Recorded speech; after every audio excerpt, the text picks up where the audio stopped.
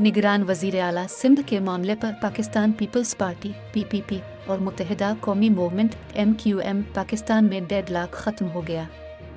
ज़राए का दावा है कि MQM और PPP में उम्मीदवार पर इत्तेफाक हो गया है। MQM राब्ता कमेटी ने जस्टिस रे मकबूल बाकर के नाम पर इत्तेफाक किया। ज़राए के मुताबिक जस्टिस रे मकबूल बाकर का नाम वज़ीर आला सिंध मुराद अली शाह की जानिब से दिया गया था।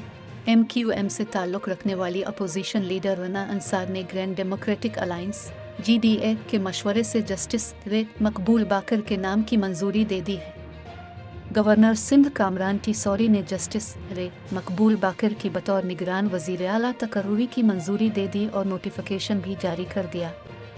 ज़राए गवर्नर हाउस के मुताबिक निगरान वज़ीर आला सिंध की हल्फ बर्दारी की तकरीब 16 अगस्त को होगी। अपोजिशन लीडर रना अंसार वज़ीर आला हाउस पहुंच गई हैं। पीपल्स पार्टी और MQM की कुछ देर में मुश्तरका प्रेस कॉन्फ्रेंस मुतवक्के है। ख्याल रहे कि जस्टिस रे मकबूल बाकर का ताल्लुक़ कराची से है। जामिया कराची से LLB की डिग्री हासिल करने के बाद उन्होंने प्रैक्टिस शुरू की। वो सिंध हाई कोर्ट के चीफ जस्टिस रहे और उसके बाद सुप्रीम कोर्ट में भी खिदमात सरअंजाम दी। जियो न्यूज़ से गुफ्तगू में नामजद निगरान वज़ीर आला सिंध जस्टिस रे मकबूल बाकर का कहना था कि मुश्किल हालात में ये बहुत अहम जिम्मेदारी है। कोशिश होगी कि लोगों के मसाइल हल कर सकें। कानून और आइन की बालादस्ती कायम रखने के लिए किरदार अदा करूँगा।